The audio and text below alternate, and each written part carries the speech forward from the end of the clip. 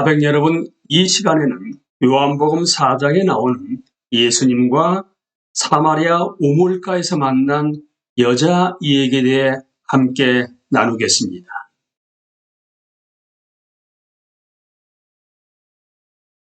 가난하신 예수는 제자들과 걸어가셨는데 그러다가 지치셨다. 요한복음은 예수의 인격을 높이 평가하여 그를 육신이 되어 우리 가운데 거하신 하나님의 말씀으로 제시한다. 동시에 같은 복음서는 예수를 아주 인간다운 분으로도 묘사한다. 그는 피곤해하며 목말라 하신다. 그는 우시고 주무신다.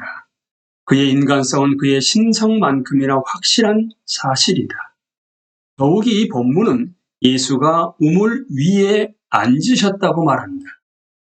로마가 다스리던 팔레스타인 지방의 큰 우물에는 그 위에 큰 도넛 모양의 커다란 갓돌이 있었다. 사마리아에 있는 야곱의 우물을 덮은 갓돌은 지금도 그대로 남아있다. 얘는 약 45에서 50cm 정도이고 직경은 약 1.5m이며 가운데에는 두레박을 내릴 수 있게 조그마한 구멍이 뚫려 있다. 갓돌은 흙먼지가 우물에 들어가는 것을 막아주고 어린이들이 이 위험한 우물에 빠지는 것을 막아준다. 아울러 갓돌은 여행자가 퍼올린 물을 단지나 가죽 주머니에 옮겨 담을 수 있게 도와주는 작업대를 제공한다. 실제로 예수도 우물 위에 앉으셨다. 이 단순한 행동이 예수와 사마리아 여자가 펼치는 상호작용의 모델을 제공한다. 농의 우물에는 두레박이 함께 딸려있지 않다.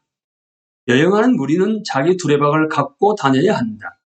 지금도 시리아 일레포 실내 시장에 가면 이런 두레박을 살 수 있다. 두레박 윗부분에 십자 모양의 막대를 붙이면 두레박 입구가 넓게 벌어져 우물물을 가득 퍼올릴 수 있다. 본문은 예수와 제자들이 이런 두레박을 갖고 있었다고 가정한다. 그러나 제자들은 두레박을 갖고 성 안에 들어갔다. 예수는 얼마든지 당신이 사용하게 두레박을 놔두고 가라고 요구하실 수 있었다. 그러나 예수는 계획이 있었다. 예수는 일부러 두레박도 없이 우물 위에 앉아 계셨다. 이를 통해 그는 필수적인 도구를 갖춘 이에 도움을 받아야 할 위치에 자신을 놓은 전략을 구사하신다. 여자가 다가왔다. 이런 상황에서는 여자를 보자마자 적어도 6m 정도 거리를 두고 물러나서 여자가 우물에 다가와도 안전하며 당대 문화에 비춰봐도 흠이 되지 않음을 보여주신 것이 정중한 일이었다. 예수가 그렇게 해주셔야 여자가 우물에 다가와 자기가 가져온 작은 두레박을 풀어 물을 깃고 물동이에 담아 돌아갈 수 있었다. 그런데 예수는 여자가 다가와도 꼼짝하지 않으셨다. 여자도 어쨌든 우물에 다가가기로 결정한다. 그리고 놀라운 일이 일어난다. 예수는 물을 좀 달라고 요구하신다. 그는 특별히 사람도 살지 않고 아무 증인도 없는 곳에서 여자에게 말을 건네심으로써 사회의 금기를 깨뜨리신다. 예수는 유대인과 사마리아인 사이에 500년 묵은 적대감을 무시하셨다. 이 극적 행위에는 심오한 선교 신학이 들어있다. 예수는 여자의 도움을 필요로 하는 처지까지 철저하게 자기 자신을 낮추신다. 나는 지쳤고 도움이 필요하오. 날 좀 도와줄 수 있겠소? 예수는 여성의 자아 가치를 높여주신다.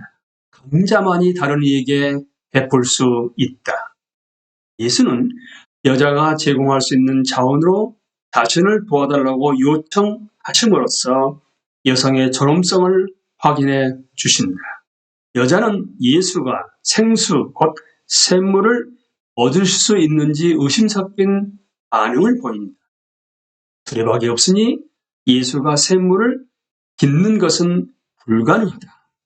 그러니까 어떻게 샘물을 만들어 내신다는 말인가?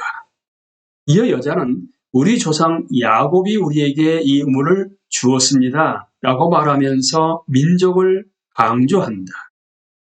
역시 예수는 이야기 주제를 영원히 갈증을 없애주고 다른 이들에게 넘쳐 흘러 영생이 되는 음료로 바꾸신다. 이 지점에서 여자가 할 수 있는 것은 우선 듣는 것이다. 여자는 자신의 갈증을 영원히 없애주고 매일의 고역을 덜어줄 마법 음료를 갖는다면 기쁠 것이다. 이 여자는 다른 사람에게 샘물이 되는 일에는 아직 관심이 없다. 대화가 이어진다. 이 여자는 3가지 명령을 받았다. 가서 불러오라는 것이었다. 이 명령을 따르려면 이 사마리아 여인은 한 남자를 증언하는 증인이 되어야 한다. 이 여자가 사는 세계에서 그런 일이 가능할까? 이 여자가 다른 사람들에게 샘물이 되려면 먼저 그녀의 가족부터 예수가 그녀에게 주시는 생수의 혜택을 누려야 한다. 예수는 여자 안에서 샘물을 만드시면서 이 물이 여자 주위의 사람들에게도 흘러가게 하라고 보전하신다. 그 말에 예수는 이 여자에게 그녀 자신과 그녀 주변을 새롭게 바라볼 이해력을 주신다. 하나님을 새롭게 통찰하는 지각은 자기를 새롭게 이해하게 해준다. 이 여자도 같은 반응을 보일 수 있을까? 생수가 여자에게 흘러 넘쳤다. 여자는 당연히 자기 죄를 계속 감추려 한다. 도망갈 길을 찾던 여자는 죄와 관련된 심오한 문제를 묻는다. 예수는 이번에도 말문을 돌린 여자를 꾸짖지 않으신다. 도리어 여자가 논쟁터로 던진 질문을 차용하여 500년 묵은 논쟁을 벗어나 새롭고 심오한 차원으로 옮겨 가신다. 예수는 여자를 진지한 신학자로 대하시면서 예배와 관련해서 신약 성경 전체에서 가장 중요한 가르침을 일러주신다. 예수는 다시 한번 여자를 한 인격체로 높이시며 그런 과정에서 이 여자와 함께 모든 여자를 인격체로 높여주십니다. 하나님의 거룩한 임재인 쉐키나는 어디서 찾아야 했을까?